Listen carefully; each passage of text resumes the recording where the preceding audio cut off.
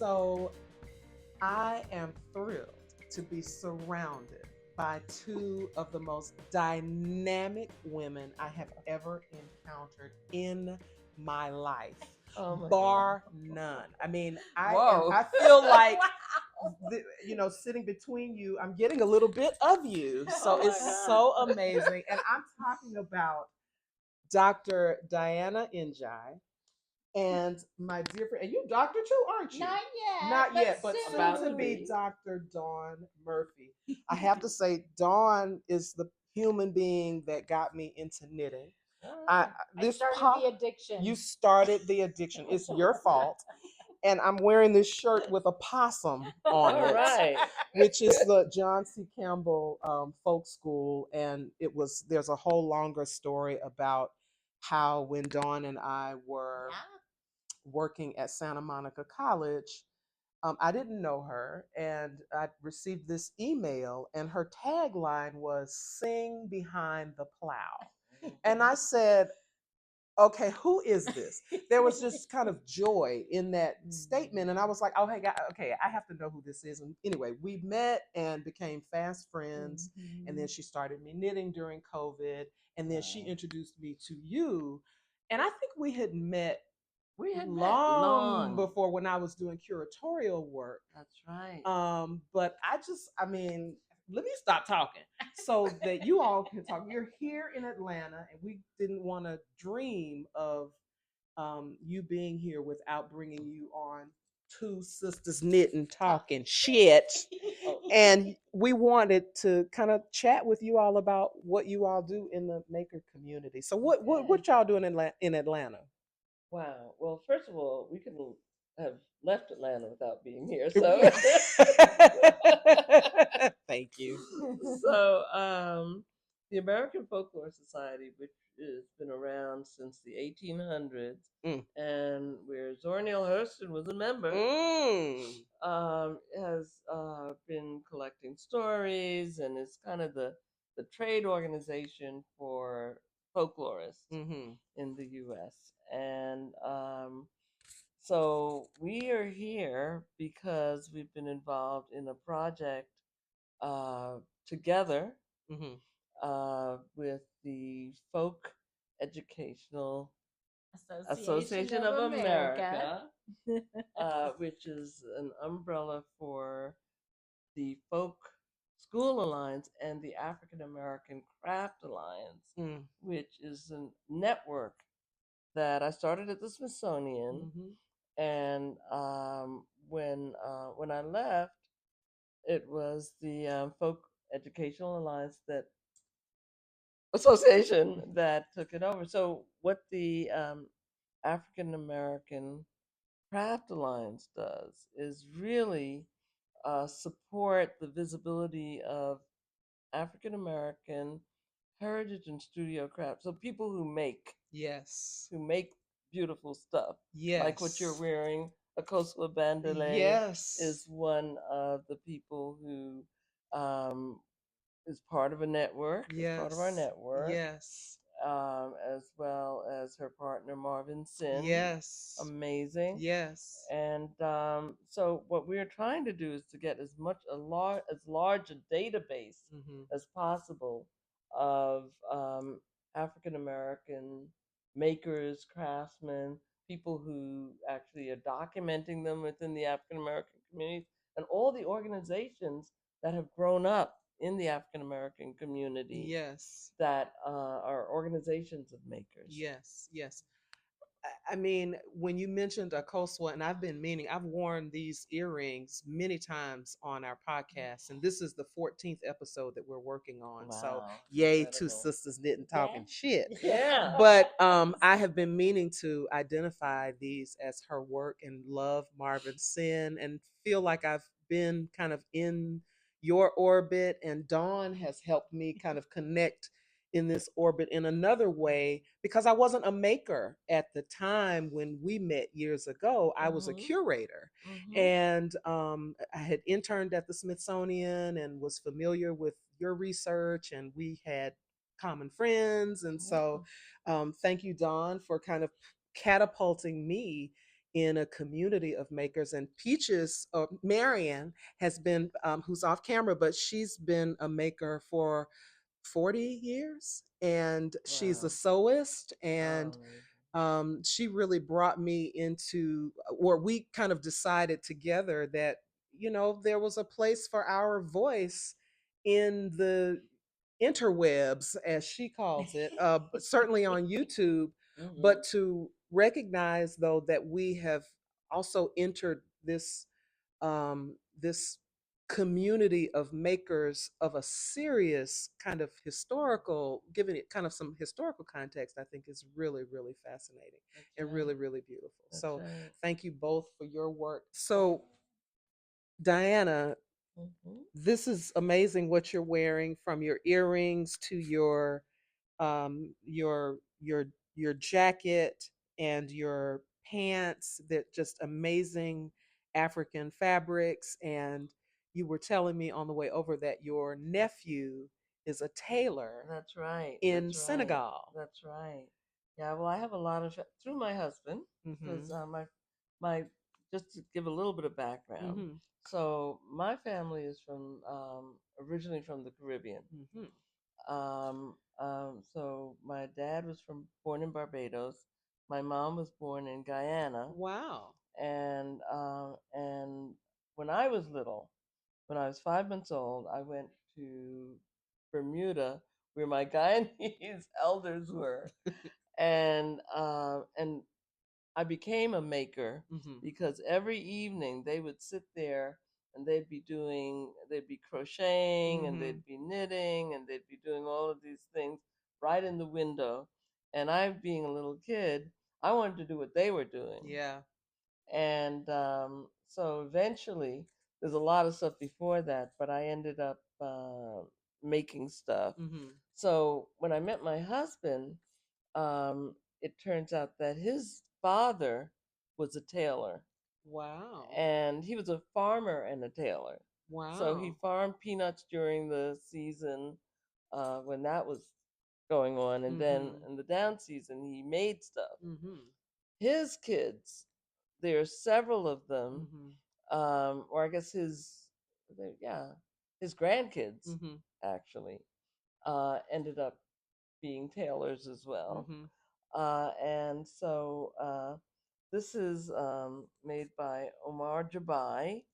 Omar Jabai. Yes, who is the grandson of Mama Dunjai. Mama Dunjai. Yeah, and if you, it's a jacket. Well, you can see what it is. It's beautiful. And so he lives in Rufisque, Senegal. Oh. And I've had the great fortune that he makes almost all my clothes, and the rest of them are made by my niece, or my husband's niece, but my niece too now, Amina, Aminta, I should say, who has a company where she makes a line. She has a line of clothing called Simplicité. Simplicité. Yes. Oh. And so she's in Senegal too. She lives between Senegal and France. Okay. Now. Okay. But yeah, so wow. Yeah, I'm very lucky that way. That's amazing. Yeah. That's amazing. It's beautiful. It's it's very regal, and love it. Just love it. So and then Dawn brought some of her amazing. Now, I have witnessed your knitting for many years. Yes, you and have. your color work is exquisite. Thank and you. I would have been telling people that you've been knitting ever since birth, but I heard you telling Mother Marian that you've only been knitting since you were 20. Only knitting since I was probably 23, 24. Okay. But crocheting since I was a little girl. Okay. So I think I took over one of my sister's crochet projects at a Christmas, and it was a terrible Afghan. That ended up not being rectangular at all. But yeah, I was hooked then. And then through high school was obsessed with crocheted lace. So what are you making now? I am making a pressed flowers cardigan, which is Exquisite. mosaic knitting. And so the mosaic knitting is where you carry only one color at a time. So it's a little Oh. easier to do the color work this way. Whereas normally I do more fair isle knitting, which is a two-handed, one color in one hand and one color in the other. Mm-hmm. But this one you only do one color at a time, knitting across, slipping the stitches that you are not knitting, and then picking up the other color the Now, next is this row. needle looking bent? No, it's just I see. yeah. Well, It's, actually, it is a little bit bent, and I know you don't need another set of no knitting needles, Regina. I don't. But if you want to give away any of the ones that you have, I'd be no. Anyhow, yeah, they're a little bit bent because so that when your hands, you're not like your elbows aren't up like this. Oh, so that's an ergonomic. Yeah. And I sometimes might need some bent sometimes needles. not. I don't know. So, I mean, I'm noticing that my my hands hurt. I do have a little elbow thing, Yeah. you know. And I heard you. Go ahead. Yeah, I was gonna say, have you tried those? They're like octagonal. I have, needles? yes, I have some. Yeah, I have some. Sometimes those are The squared ones. Yeah, the squared ones. I have some of those. I mean, I got. Listen, don't get me started. Yeah, But yes, I have I plenty. know. You already know. But I just noticed that bend, and I thought, wow. Yeah, And for little bit. someone who's been knitting as long as you have, I know that you have probably tried, you know, a lot of yarns and tools and notions. So I also look to you for wisdom. Yeah, well, you're given that I am a knit shit, and I do have quite. I mean, like I have a building full of yarn. A building. A building well, full of yarn? I had a workshop built, and now it's. I mean, like I moved all of the stuff in there from all nooks and crannies of my house. Yeah, and it's pretty full. Yeah. So we need so I need a building. I think I need a building. I think I need a building. Okay. But Pearl Soho is part of my collection. Yes. And so with all of your beautiful knitting with Pearl Soho, yes. I'm diving into my Pearl Soho stash. Yeah. So this is not part of it, but anyhow. Well, we do love Pearl Soho. And but I just, you know, want to continue to lift up that I've only been really serious about knitting for a little over 2 years, I think it's been. And you sent me some of your yarn that you hand spun. And you sent me some needles, and you really encouraged me. And I think this was right at the early part of COVID. But when we knew one another as colleagues in Santa Monica, you were trying to get me to knit, and I was like, I'm not doing that. I'm not doing that. And it's one of the great joys for me right now. It really is. It's a great diversion from the challenges of you know, caring for my mom who has dementia. So it's a great diversion from that. I travel with it, and Peaches had has been a real example of what your knitting can become just by sticking with it. And so I can say that in the last 2 years, I think there have only been a few days when I have not knit something. So I've knit something every day. And my skills have really, really grown by leaps and bounds. And everybody's talking about making me knit a sweater. Maybe. Well, I have lots of yarn to make a sweater. I have several sweater patterns. I'll get there, but I can't get out of my wraps and scarves. I'm impressed. I'm really impressed. Thank so you. You knitted what you're wearing. I knitted what I'm wearing. I am very impressed. Thank you. I mean, I couldn't anything with yarn. Yeah. I mean, I'm an embroiderer. Yes. I love embroidering, but anything with single yarn, I've tried crochet. Ended up pulling it all out. Yeah. Never got to 2 needles. Yeah. So I'm a sewist, but I'm a one needle person. Well, it's so I'm very impressed. Yes, well, thank you. Well, now I just feel like I'm catching up with three people who are makers in the world, and I just want to be one of you. I just want to be in the room with y'all. And speaking of being in the room, were you going to say something? No, go ahead. Well, I was going to say, speaking of being in the room with you all, so you have a session coming up today. Yeah, well, actually, what's exciting with the American Folklore Society, and you can find something around any kind of interest, anything in terms of expressive culture that you can think of, and these are the things that give meaning to our lives. Yes. So what I love about folklore, and I love about craft particularly, is that you know years, decades from now, or these are some of the things that remain, that have been made by human hands. Yes. And that people, were made with love often, or made to maintain relationships, as well as just for creating joy in life. Yes. And these things are going to last. They're going to last. Yeah. And I think really, particularly at a time like this, in these times, they're healing modalities, they're technologies of healing. Yes. Yes. So I think I call myself a craft evangelist. Yes. And so the session today, I'm not actually in it, but Dr. Liv Furman, who teaches at Michigan State University, did an exhibition recently called Quilts and Afrofuturism. And so 3 of my quilts were in that show, and along with some amazing other quilts. And so she's going to be talking about that today. Wow. And so that's why I have to get back. Yes. And we are honored, thrilled beyond belief that you all could grace us on our little old podcast. You all are heavyweights in the ring of making, and I love everything you just said. I got to go back and listen to it because I've already forgotten. It was modalities of healing. That's what it was. Modalities of healing. Oh my God, that's exactly what we're doing. Technologies of healing. Technologies of healing.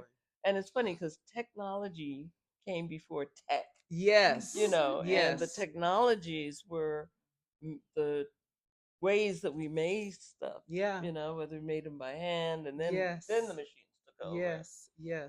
Well, I Peaches and I are just really thrilled that you all would come and sit with us in between your sessions, and you're here for really important work and to advance important activities and scholarship and all of the partnerships. Definitely partnerships. You're here advancing. Yeah, and I wanted to say that if there's folks listening who are makers in the African American communities, wherever you are, we have a monthly bulletin.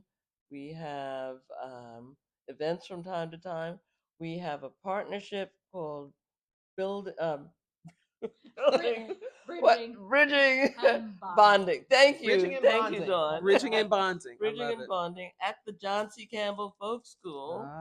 And that's continuing. So we have lots of things going on and new things. So you can sign up. Yeah. At if you look for the African American Craft Alliance, and in fact it's africanamericancraftalliance.org, you'll get to where you can sign up and get more information about the partnership, as well as our future planning for a 2027 convening at the John C. Campbell Folk School, where we will have wonderful artists and studios, and hopefully up to 130 people enjoying classes there with African American craft masters. And good dialogue and good food and good dance and good Wow. Yeah. So, well, what a wonderful way to wrap up this time that we're spending today. If you're in Atlanta, again, please give Two Sisters Knitting Talking Shit a shout out because we want to have you here again. And we'll just, I mean, it's just, it's really the honor of a lifetime to be sitting between the two of you and hearing more about all the work that you're doing. And just to piggyback off of something you just said, the work that we're creating will last and it will likely outlast us. That's right. So just thank you for taking the time. You all are two really busy ladies. Thank you. It's just thank awesome you to have inviting you with us. Yeah. Wonderful. Yeah. Love you more. Yeah. Thanks.